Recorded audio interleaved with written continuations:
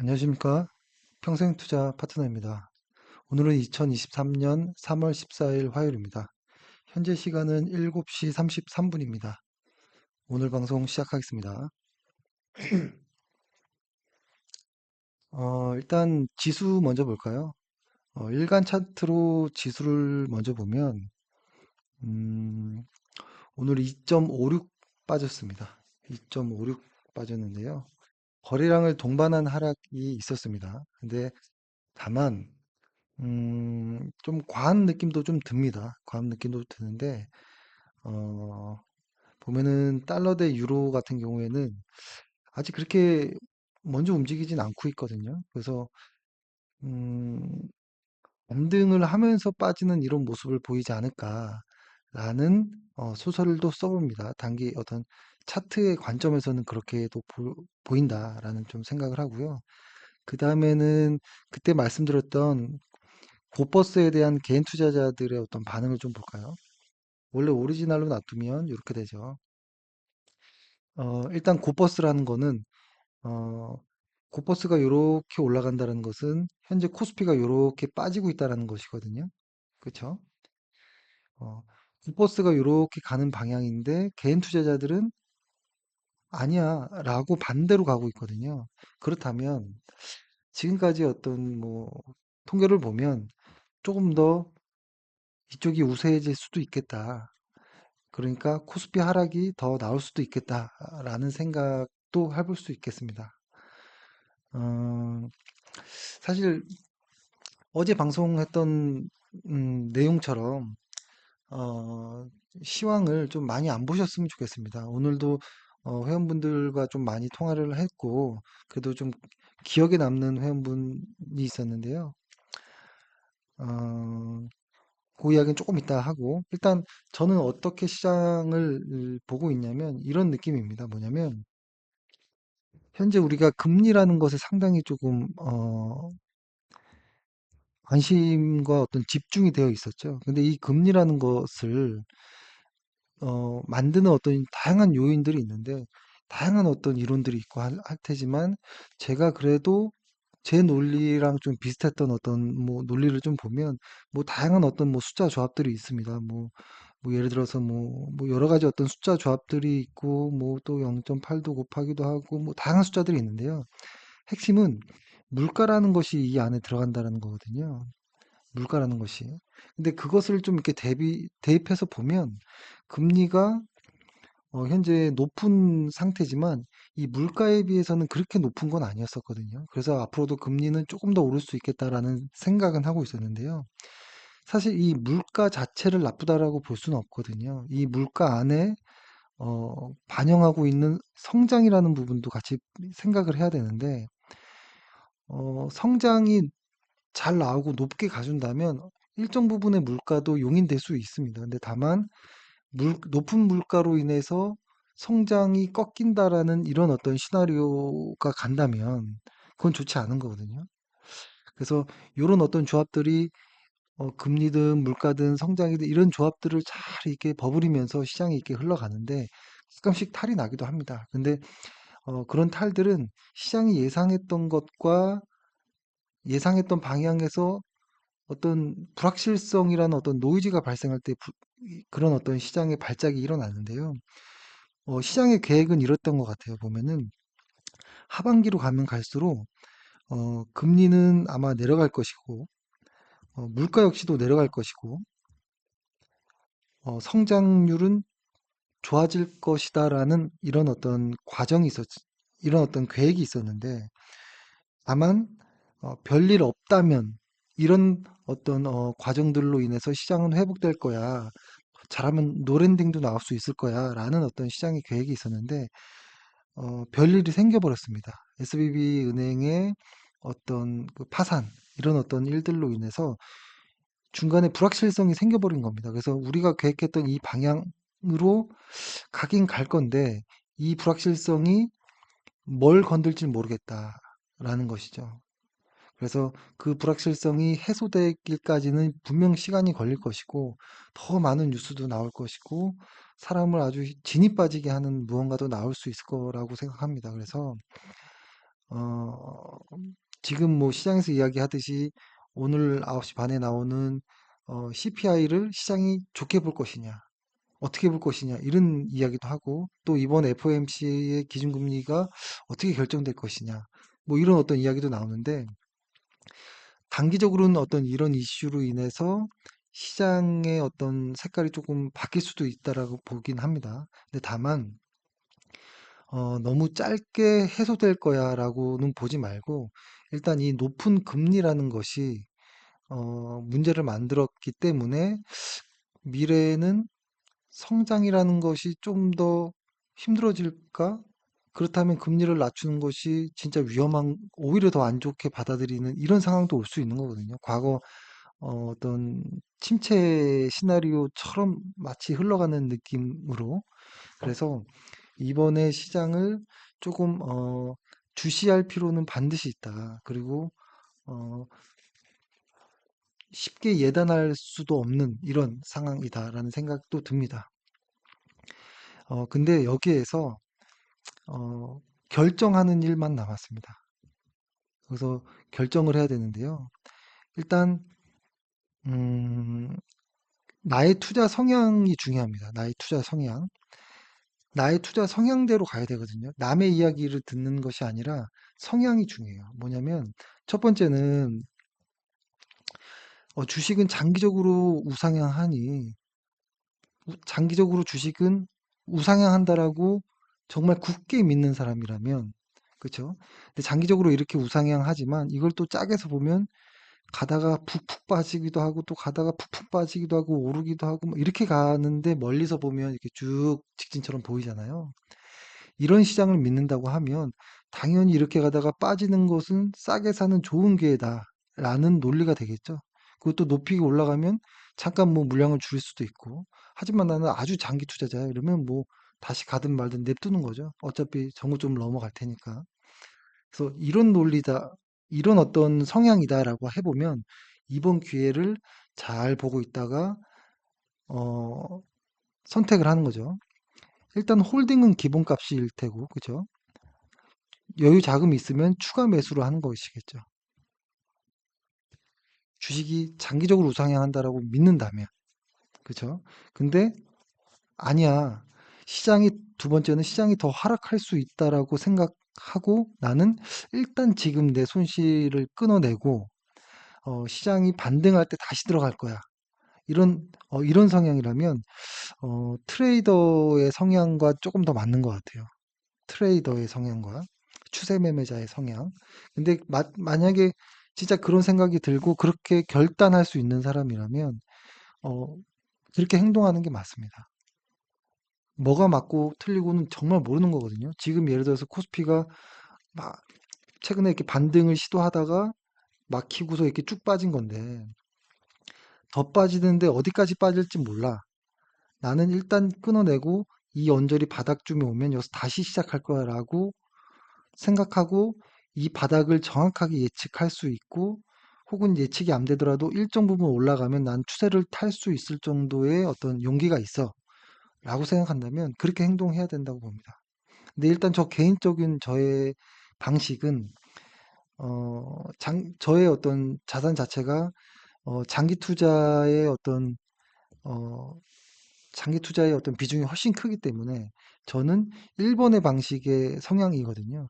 시장은 장기적으로 우상향하고 좋은 기업들도 장기적으로 혹은 실적에 걸맞게 성장률에 걸맞게 PER이 맞춰지면서 우상향한다.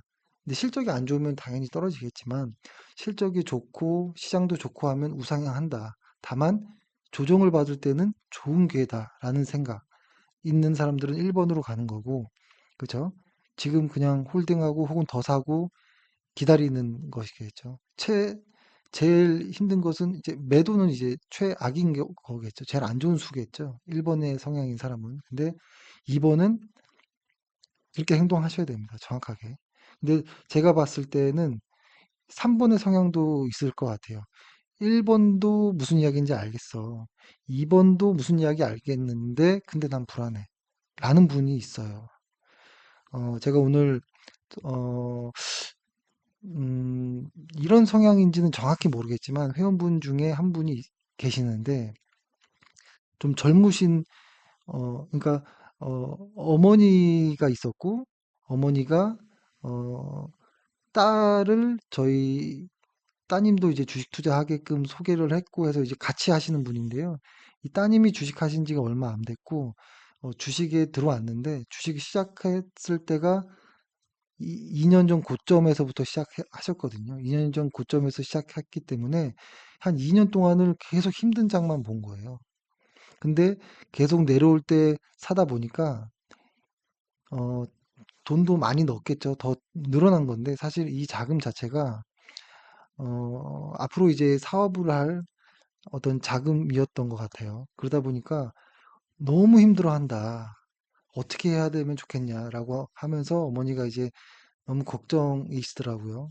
근데 저도 충분히 걱정하는 마음을 이해하고, 어, 저도 역시도 좀 속상하더라고요. 근데 이건 아직 성향 파악을 정확하게 해야 된다라고 봅니다. 성향 파악을. 근데 그 이전에 주식이라는 어떤 상품에 돈을 넣을 때는 정말 필요하지 않는 돈, 당장 필요하지 않는 돈. 그러니까 나 2년 후에 집 살 거야. 혹은 뭐 1년 후에 전셋집 좀 올려줘야 돼.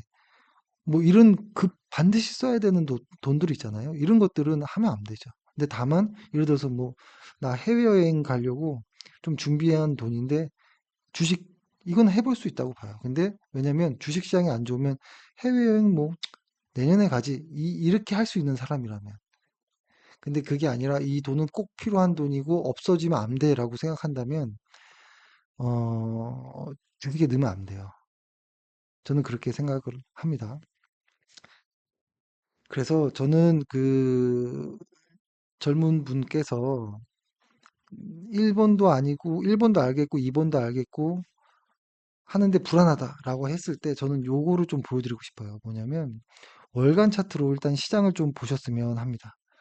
월간 차트로 코스피 시장을 이렇게 한번 펴놓고 한번 보시면 좋을 것 같아요. 월간 차트로 이렇게 보면 이렇게 길게 봐도 되고요. 혹은 뭐 S&P 500을 이렇게 길게 놓고 봐도 되고요. 이렇게 길게 놓고 좀 긴 어떤 역사를 보려면 시장의 역사를 보려면 이렇게 봐야겠죠. 이렇게 봤을 때 지금이 예를 들어서 지금이 아주 무섭게 빠졌던 뭐 요런 구간이었는지 혹은 요런 구간이었는지 뭐 이런 구간이었는지 알 수는 없습니다만 장기적으로 우상향하는 것처럼 보이는지 그죠? 아니야. 미래에는 과거에는 이랬지 몰라도 미래에는 어떻게 될지 몰라라고 생각이 드는지를 판단해 보세요. 그래서 시장은 장기적으로 성장이 이루어지고 물가가 오르면서 오르는구나. 그리고 특히 지수라는 것은 안 좋은 기업들이 빠지고 좋은 기업들이 들어오고 그리고 시가총액이 큰 놈들이 성장하는 놈들은 시가총액이 커지고 커지게 되면 그 시가총액 큰 놈들의 비중은 더 많아지고 더 투자하게 되고 기관들이 더 사게 되고 결국엔 계속 우상향하는 이런 어떤 시가총액 방식을 가지는 특성이 있기 때문에 장기적으로 우상향할 수밖에 없겠구나. 뭐 이런 어떤 논리가 있다면 음, 1번을 선택하는 게 좋을 것 같고 아니야 이거는 과거는 과거일 뿐 미래는 어떻게 될지 모르겠어. 라고 생각한다면 2번을 선택. 근데 1번도 2번도 알겠는데 난 3번이야라고 한다면 조금 더 주식시장에 대해서 공부가 필요하지 않을까. 어떤, 그래서 저는 주식을 하기 전에 약간의 좀 공부는 필요한 것 같아요. 일단은 자산 배분에 있어서 내 돈이 반드시 꼭 필요한 돈은 빼놔야 돼요. 그리고 한 5년에서 10년 정도는 이 돈은 나는 투자해 볼래 라고 하는 돈도 있을 거고 그리고 반드시 일부는 또 현금도 필요하기도 하고 그죠? 그리고 무조건 금융 투자만 또 좋은 것도 아니죠. 그리고 내가 살 집도 있어야 되니까 살 집에 대한 비중도 좀 빼놓고 좀 다양하게 가야죠. 주식과 부동산과 현금 그리고 뭐 자기 개발 뭐 이렇게 좀 비중을 나눠서 해야 된다고 봐요. 근데 이게 사회초년생 때는 자금이 조금이면 에이 요거 가지고 되겠어 이렇게 생각하지만 요 이 바운더리 안에서 계속 서로 불려 나가야 됩니다. 계속 조금씩 불려 나가야 된다고 봐요. 주식으로 확 번 다음에 부동산 사고 현금 좀 빼놓고 이렇게 가기는 심리적으로 좀 힘듭니다. 왜냐면 아무리 좋은 기업도 이렇게 매크로 이슈가 빵 터지면 다 빠지거든요. 근데 아, 그럴 수 있어라고 생각을 좀 하면서 주식을 알아본다면 당연히 현금도 빼놓고 집도 좀 사놓고 내가 평생 살 집, 투기성이라기보다는 뭐 이렇게 좀 하게 되거든요.